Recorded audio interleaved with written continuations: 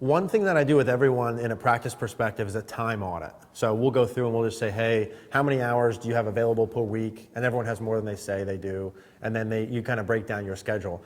And then where I also use that time audit with people is to bring back memories, sort of a pain and pleasure thing, of how they spend their practice time. So I asked Zach, right, how many hours have you spent, do you think, in the past year alone on the range working mechanics? And then you put a number together. And then if you actually do that too, and you put a number in, how many hours have you spent on a range working swing mechanics over the past month, 3 months, year, 5 years, 10 years? I've been working on my swing for 10 years. I don't know how many hours, thousands of hours, and a lot of this stuff still doesn't look any better. And I don't think that's as much to say that I don't know how to work on it. I think that's just the nature of how we learn things.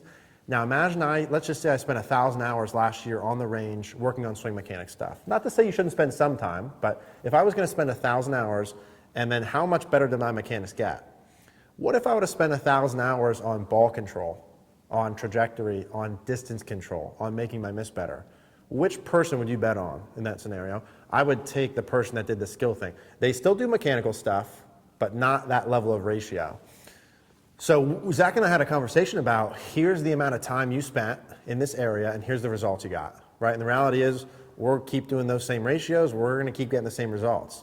So it's like, hey, this plan last year, how many tournaments did we win with that? What kind of scores did we shoot with that? Did we win how many we wanted and the scores that we wanted to shoot? If yes, then cool, let's keep that same recipe. If no, then let's start doing something different. What we want to be able to do this year is better what we did last year. We want to win bigger tournaments, and that's going to require change in the habits we have and what we do in practice.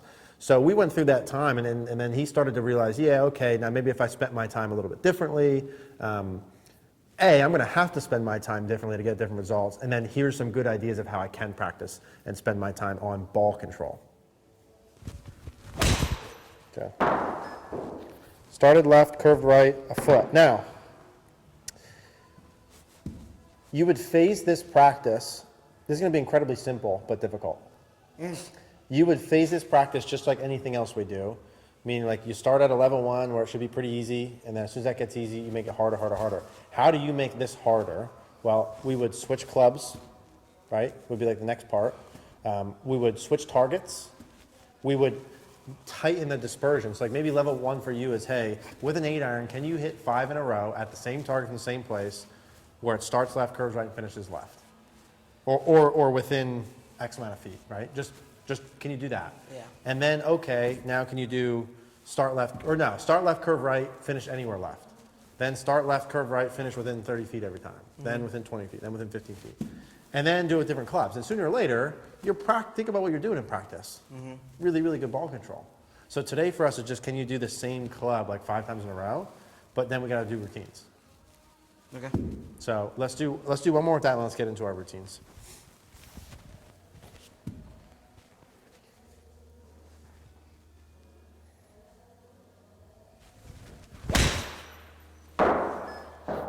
Started left, curved right. Beautiful. Now, let's throw me a routine. Let's see if we can do 2 in a row with a routine with that 8-iron.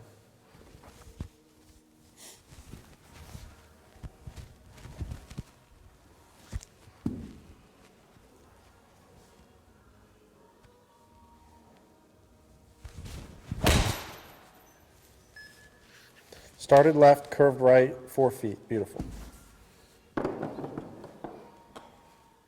The hardest part is like,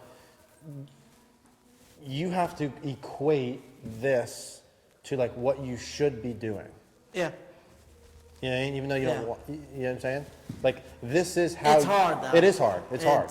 This is how you should practice.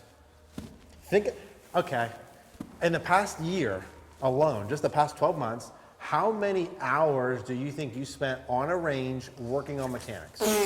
Give me total hours. Summer. Just give me some kind of ballpark. In the past 12 months, how many hours working on mechanics? Let's say you did 2 hours a day, 5 days a week. I'm just saying, just like super simple. That's 10 hours a week times 4 weeks, right? It's 40 per month times 10 months. You're talking about 500 hours last year? Easy? Purely on mechanics? Double that, yeah. How much better do you swing mechanics get? Not very much. I get it all. 500 hours. I know. What if you practice 500 hours at controlling the golf ball? Exponentially better. Yeah. Because that's scalable, right? That's not like, oh, I'm feeling something, I can't do it. That's like, where's the ball going?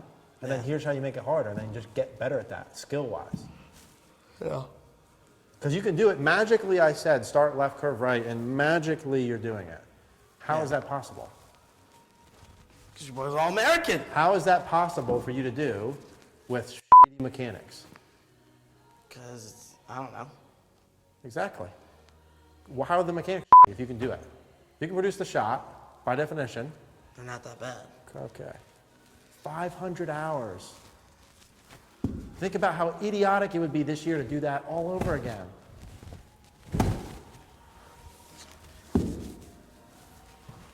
I think that's getting across, hopefully.